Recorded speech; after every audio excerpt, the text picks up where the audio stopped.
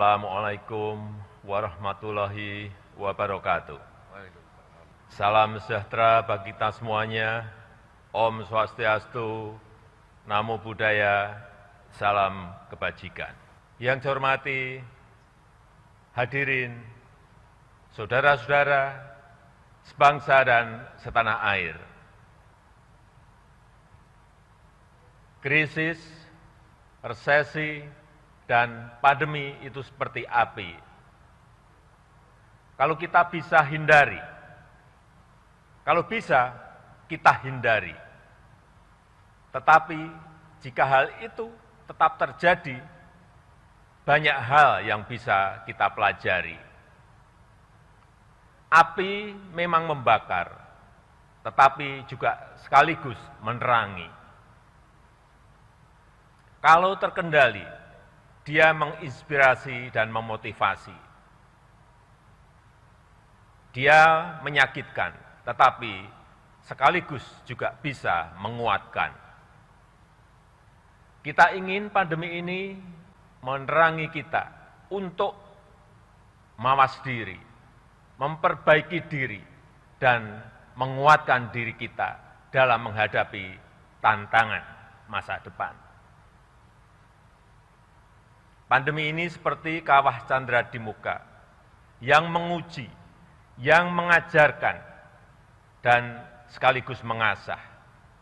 Pandemi memberikan beban yang berat kepada kita, beban yang penuh dengan risiko-risiko, dan memaksa kita untuk menghadapi dan mengelolanya. Semua pilar kehidupan kita diuji, semua pilar kekuatan kita diasah. Ketabahan, kesabaran, ketahanan, kebersamaan, kepandaian, dan kecepatan kita, semuanya diuji dan sekaligus diasah. Ujian dan asahan menjadi dua sisi mata uang yang tidak terpisahkan.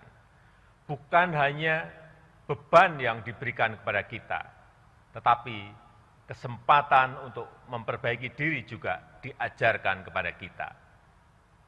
Tatkala ujian itu terasa semakin berat, asahannya juga semakin meningkat. Itulah proses menjadi bangsa yang tahan banting, yang kokoh, dan yang mampu memenangkan gelombang pertandingan. Bapak, Ibu, dan saudara-saudara sebangsa dan setanah air. Perjalanan sejarah bangsa Indonesia telah melalui etapa-etapa ujian yang berat. Alhamdulillah, kita berhasil melampauinya. Kemerdekaan Republik Indonesia bukan diperoleh dari pemberian ataupun hadiah, tetapi kita rebut melalui perjuangan di semua medan. Perang rakyat, perang gerilya, dan diplomasi di semua lini dikerahkan, dan buahnya membuat Indonesia sebagai bangsa yang merdeka. Resesi dan krisis yang datang bertubi-tubi dalam perjalanan setelah Indonesia merdeka juga berhasil kita lampaui. Setiap ujian memperkokoh pondasi sosial, pondasi politik, dan pondasi ekonomi bangsa Indonesia. Setiap etapa memberikan pembelajaran dan sekaligus juga membawa perbaikan dalam kehidupan kita.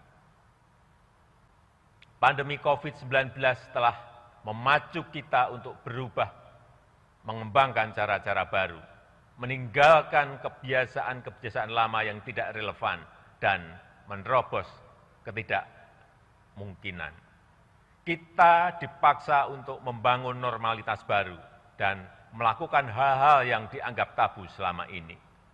Memakai masker, menjaga jarak, tidak bersalaman, dan tidak membuat keramaian adalah kebiasaan baru yang dulu dianggap tabu. Bekerja dari rumah, belajar daring, pendidikan jarak jauh, serta rapat dan sidang secara daring. telah menjadi kebiasaan baru yang dulu kita lakukan dengan ragu-ragu. Di tengah dunia yang penuh disrupsi sekarang ini, karakter berani untuk berubah, berani untuk mengubah, dan berani untuk mengkreasi hal-hal baru merupakan fondasi untuk membangun Indonesia maju. Kita telah berusaha bermigrasi ke cara-cara baru di era revolusi industri 4.0 ini, agar bisa bekerja lebih efektif, lebih efisien, dan lebih produktif. Adanya pandemi COVID-19 sekarang ini, akselerasi inovasi semakin menyatu dalam keseharian kehidupan kita. Bapak, Ibu, dan saudara-saudara yang saya hormati. Selama 1,5 tahun diterpa pandemi telah terjadi penguatan yang signifikan dalam perilaku dan infrastruktur kesehatan kita, dan sekaligus penguatan kelembagaan nasional kita. Kesadaran, partisipasi, dan kegotong royongan masyarakat menguat luar biasa. Kelembagaan pemerintah lintas sektor dan lintas lembaga negara serta antara pusat dan daerah sampai dengan desa juga mengalami konsolidasi. Hal ini membuat kapasitas sektor kesehatan meningkat pesat dan semakin mampu menghadapi ketidakpastian yang tinggi dalam pandemi. Dari sisi masyarakat, kesadaran terhadap kesehatan semakin tinggi, kebiasaan mencuci tangan, memakai masker, dan menjaga jarak telah menjadi kesadaran baru. Gaya hidup sehat, menjaga kebersihan lingkungan, berolahraga, dan mengkonsumsi makanan yang bernutrisi terasa semakin membudaya. Hal ini merupakan modal besar untuk menuju masyarakat yang lebih sehat dan dalam pengembangan SDM yang berkualitas. Kesadaran dan antusiasme masyarakat untuk divaksin, memperoleh layanan kesehatan, memperoleh pengobatan, serta saling peduli untuk yang semakin tinggi. Pandemi telah mengajarkan bahwa kesehatan adalah agenda bersama. Pandemi telah menguatkan institusi sosial di masyarakat dan semakin memperkuat modal sosial kita. Jika ingin sehat, warga yang lain juga harus sehat. Jika ada seseorang yang tertular COVID-19, maka hal ini akan membawa resiko bagi yang lainnya. Penyakit adalah masalah bersama dan menjadi sehat adalah agenda kita bersama. Kapasitas kelembagaan negara dalam merespon pandemi juga semakin terkonsolidasi dan bekerja semakin responsif. Kita tahu bahwa pandemi harus ditangani secara cepat dan terkonsolidasi dengan merujuk kepada data, ilmu pengetahuan, dan teknologi. Kita juga paham bahwa praktek demokrasi, akuntabilitas, dan tata kelola yang baik harus dijunjung tinggi. Kerjasama antar lembaga serta kepemimpinan yang responsif dan konsolidatif menjadi kunci dalam menangani pandemi. Sejak awal pandemi, lembaga legislatif dan lembaga pemeriksa memberikan dukungan kepada pemerintah untuk cepat mengkonsolidasikan kekuatan fiskal. TNI, Polri, dan birokrasi dari tingkat nasional sampai ke tingkat desa terus bahu-membahu dalam melakukan pendisiplinan protokol kesehatan, 3T, termasuk vaksinasi dan penyiapan fasilitas isolasi terpusat. Hampir semua Forkompinda bergerak terpadu dalam mengatasi permasalahan kesehatan dan perekonomian. Manajemen lapangan dalam testing, tracing, dan treatment, serta vaksinasi telah mengasah kepemimpinan di semua level pemerintahan. Saya yakin kapasitas respon kita dalam menghadapi ketidakpastian di bidang kesehatan dan di bidang-bidang lain juga semakin baik dan semakin kokoh. Penyediaan layanan kesehatan oleh pemerintah maupun swasta juga mengalami peningkatan yang menggembirakan. Layanan kesehatan di banyak daerah bertambah cukup signifikan, baik dalam hal penambahan kapasitas tempat tidur maupun fasilitas pendukungnya. Yang sangat mengharukan dan membanggakan adalah kerja keras dan kerja penuh pengabdian dari para dokter, para perawat dan tenaga kesehatan yang lainnya. Kemandirian industri obat, vaksin, dan alat-alat kesehatan masih menjadi kelemahan serius yang harus kita pecahkan. Tetapi pandemi telah mempercepat pengembangan industri farmasi di dalam negeri, termasuk pengembangan vaksin merah putih dan juga oksigen untuk kesehatan. Ketersediaan dan keterjangkauan harga obat akan terus kita jamin dan tidak ada toleransi sedikitpun terhadap siapapun yang mempermainkan misi kemanusiaan dan kebangsaan ini. Selain itu, pemerintah bekerja keras mengerahkan semua sumber daya demi mengamankan pasokan kebutuhan vaksin nasional. Namun, pada saat yang sama, Indonesia juga terus memperjuangkan kesetaraan akses terhadap vaksin untuk semua bangsa. Sebab perang melawan COVID-19 tidak akan berhasil jika ketidakadilan akses terhadap vaksin masih terjadi. Melalui diplomasi vaksin inilah kita telah menunjukkan kepada dunia bahwa Indonesia berperan aktif untuk ikut melaksanakan ketertiban dunia yang berdasarkan kemerdekaan, perdamaian abadi, dan keadilan sosial.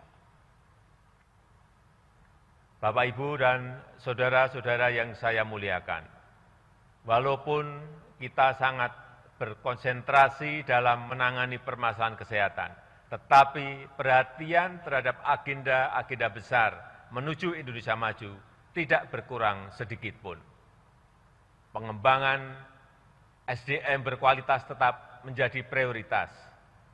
Penyelesaian pembangunan infrastruktur yang memurahkan logistik untuk membangun dari pinggiran dan mempersatukan Indonesia terus diupayakan.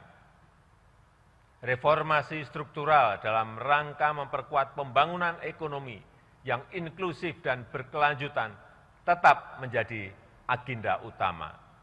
Pandemi telah mengajarkan kepada kita untuk mencari titik keseimbangan antara gas dan rem, keseimbangan antara kepentingan kesehatan dan kepentingan perekonomian. Dalam mengambil keputusan, pemerintah harus terus merujuk pada data, serta kepada ilmu pengetahuan dan teknologi terbaru. Pemerintah harus tanggap terhadap perubahan keadaan dari hari ke hari secara cermat. Tujuan dan arah kebijakan tetap dipegang secara konsisten, tetapi strategi dan manajemen lapangan harus dinamis, menyesuaikan permasalahan dan tantangan.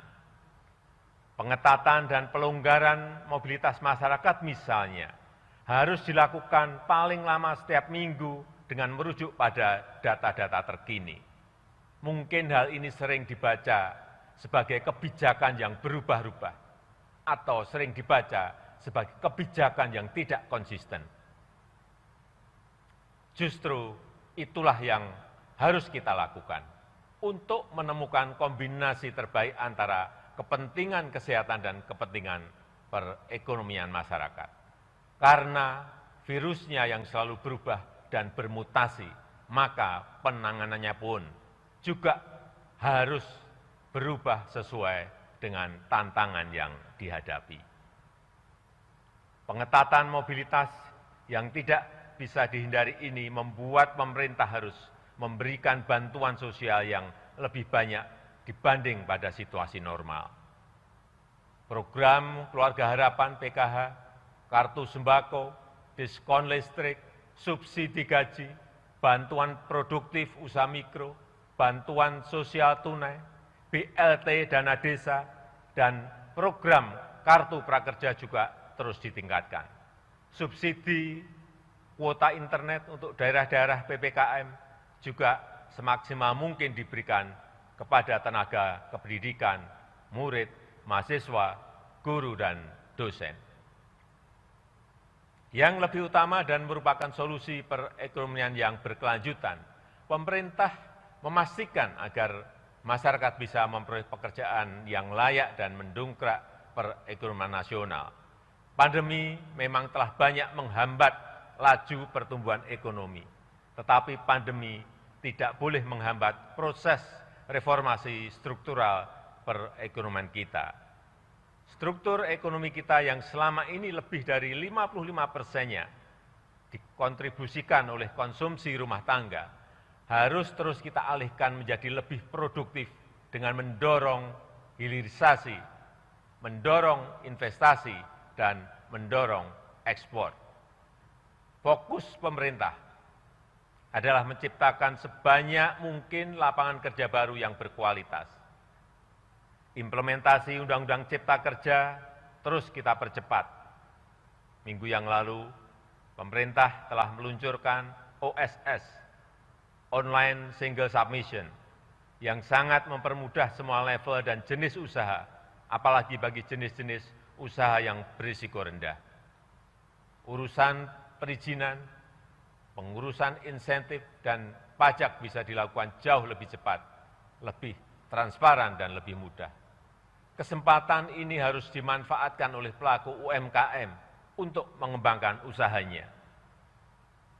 Pada periode Januari sampai Juni 2021, realisasi investasi Indonesia tidak termasuk sektor hulu migas dan jasa keuangan sedikitnya Rp442,8 triliun dengan rincian 51,5% di luar Jawa dan 48,5% di Jawa. Investasi ini menyerap lebih dari 620.000 tenaga kerja Indonesia. Penambahan investasi di bulan-bulan depan kita harapkan bisa memenuhi target Rp900 triliun, serta menciptakan lapangan kerja baru dan menggerakkan perekonomian secara signifikan. Perkembangan investasi harus menjadi bagian terintegrasi dengan pertumbuhan ekonomi yang inklusif dan berkeadilan. Peningkatan kelas pengusaha UMKM menjadi agenda utama.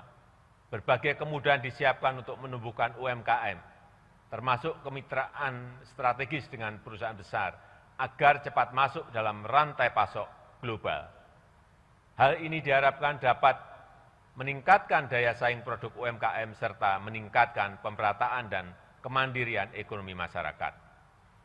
Ekosistem investasi dan kolaborasi di dunia usaha ini juga dimaksudkan untuk memperkuat perkembangan ekonomi berbasis inovasi dan teknologi, khususnya ke arah ekonomi hijau, green economy, dan ekonomi biru, blue economy yang berkelanjutan.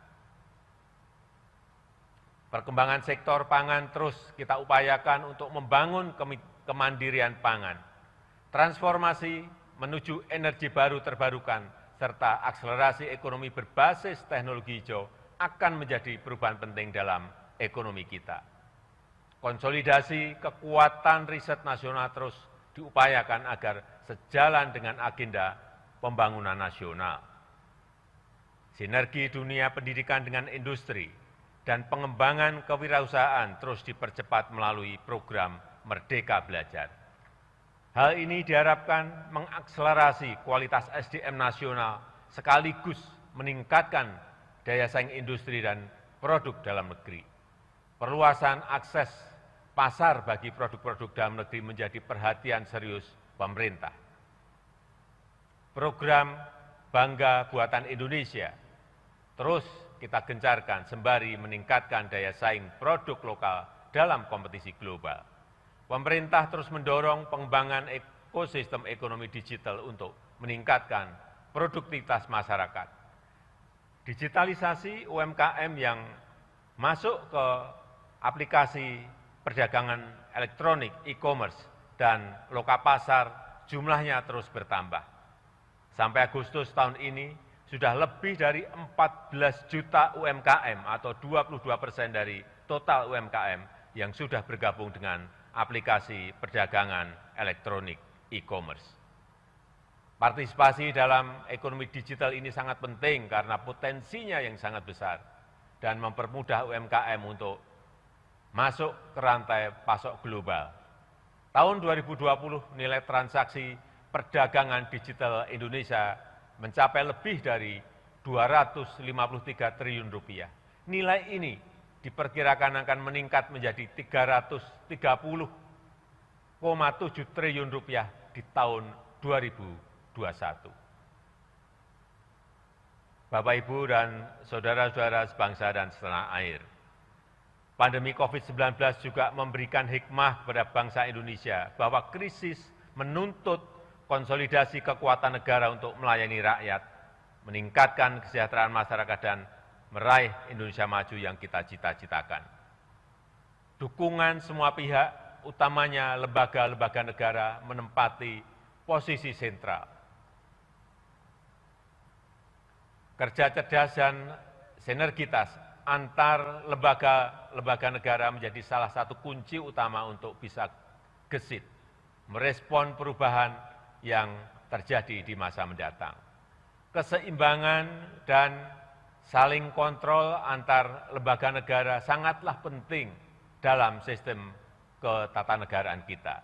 Tetapi kerjasama, sinergi, serta kerelaan untuk berbagi beban dan tanggung jawab justru lebih utama dalam menghadapi pandemi ini.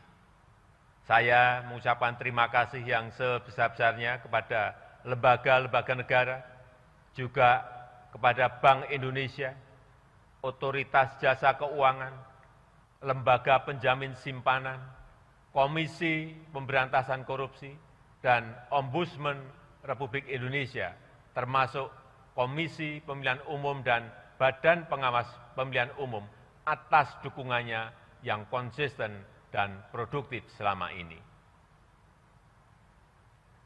Saya mengapresiasi para anggota MPR RI dengan program 4 pilarnya yang terus konsisten memperkokoh ideologi Pancasila, Undang-Undang Dasar 1945, NKRI, dan Bhinneka Tunggal Ika.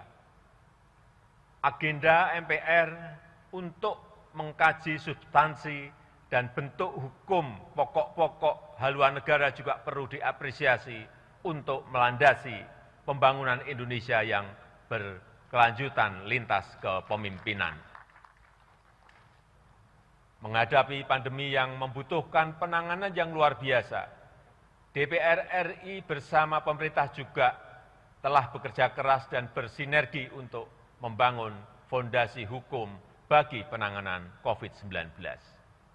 Selain penanganan masalah kesehatan, DPR bersama pemerintah berhasil menyelesaikan Undang-Undang Cipta Kerja yang merupakan Omnibus Law pertama di Indonesia yang menjadi pilar utama reformasi struktural di negara kita.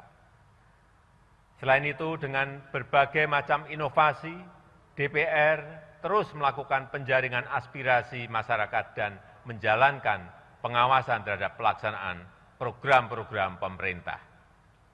DPD RI juga terlibat aktif dalam pembahasan rancangan undang-undang, termasuk terkait dengan kebijakan anggaran, serta melakukan pengawasan, utamanya terhadap pelayanan publik dan pelaksanaan undang-undang tentang desa.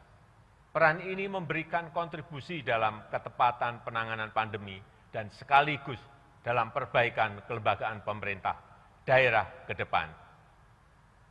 Di tengah kebutuhan pemerintah untuk bertindak cepat menyelamatkan masyarakat dari pandemi, peran pemeriksaan yang dilakukan oleh BPK RI juga telah dilakukan beberapa penyesuaian. Situasi pandemi bukan situasi normal dan tidak bisa diperiksa dengan standar situasi normal. Yang utama adalah menyelamatkan rakyat. Menyelamatkan rakyat adalah hukum tertinggi dalam bernegara. Inovasi BPK untuk mewujudkan akuntabilitas untuk semua di negara kita patut untuk dihargai. Saya mengapresiasi upaya-upaya BPK untuk memberikan informasi temuan pemeriksaan agar ditindaklanjuti oleh pemerintah, baik di pusat maupun di daerah. Walaupun di era pandemi, kecepatan kerja dalam pelayanan peradilan juga tidak bisa ditunda, bahkan harus dipercepat. Proses administrasi dan persidangan perkara di Mahkamah Agung secara elektronik telah mampu mempercepat penanganan perkara. Bahkan dengan adanya aplikasi peradilan elektronik e-court telah mempermudah dan meningkatkan jumlah perkara yang dibawa ke pengadilan. Demikian pula halnya dengan Mahkamah Konstitusi yang juga menggelar persidangan melalui daring. Munculnya banyak permohonan keadilan yang terkait dengan undang-undang dan juga perkara pilkada telah membuat MK mampu menyelesaikan perkara tepat waktu. Keberadaan sistem peradilan berbasis elektronik telah memfasilitasi terselenggaranya layanan publik secara cepat, transparan, dan akuntabel. Komisi Yudisial juga harus tetap produktif di era pandemi, baik dalam seleksi calon hakim agung, menangani laporan masyarakat, pemantauan perkara persidangan, serta pelanggaran kode etik hakim. Dengan kerja keras dan inovasi yang dilakukan, KAY telah berhasil meningkatkan kinerjanya di tengah pandemi COVID-19 ini. Bapak, Ibu, dan saudara-saudara sekalian yang saya hormati, pandemi telah mengingatkan kepada kita untuk peduli kepada sesama. Penyakit yang diderita oleh seseorang akan menjadi penyakit bagi semuanya. Penyelesaian pribadi tidak akan pernah menjadi solusi. Penyelesaian bersama menjadi satu-satunya cara. Dengan budaya yang selalu saling peduli dan saling berbagi, masalah yang berat ini bisa lebih mudah diselesaikan. Mari kita pegang teguh nilai-nilai toleransi, Bhinneka Tunggal Ika, gotong royong, dan Pancasila dalam bermasyarakat, berbangsa, dan bernegara. Kita lewati ujian pandemi dan ujian-ujian lain setelah ini dengan usaha yang teguh, disertai dengan doa pengharapan yang tulus. Kita jaga kesehatan kita, disiplin diri dalam protokol kesehatan, serta saling menjaga dan saling membantu. Tidak ada orang yang bisa aman dari ancaman COVID-19 selama masih ada yang menderitanya. Saya menyadari adanya kepenatan, kejenuhan, kelelahan, kesedihan, dan kesusahan selama pandemi COVID-19 ini. Saya juga menyadari begitu banyak kritikan kepada pemerintah, terutama terhadap hal-hal yang belum bisa kita selesaikan. Kritik yang membangun itu sangat penting dan selalu kita jawab dengan pemenuhan tanggung jawab sebagaimana yang diharapkan rakyat. Terima kasih untuk seluruh anak bangsa yang telah menjadi bagian dari warga negara yang aktif dan terus ikut membangun budaya demokrasi. Indonesia tangguh, Indonesia tumbuh yang menjadi semboyan bulan kemerdekaan pada tahun ini hanya bisa diraih dengan sikap terbuka dan siap berubah menghadapi dunia yang penuh disrupsi. Indonesia tangguh, Indonesia tumbuh hanya bisa dicapai jika kita semua bahu-membahu dan saling bergandeng tangan dalam satu tujuan. Kita harus tangguh dalam menghadapi pandemi dan berbagi ujian yang akan kita hadapi. Dan kita harus terus tumbuh dalam menggapai cita-cita bangsa. Semoga Allah SWT, Tuhan yang Maha Kuasa, senantiasa meridhoi dan mempermudah upaya bangsa Indonesia dalam meraih Indonesia maju yang kita cita-citakan. Dirgahayu Republik Indonesia, Dirgahayu Negeri Pancasila, merdeka!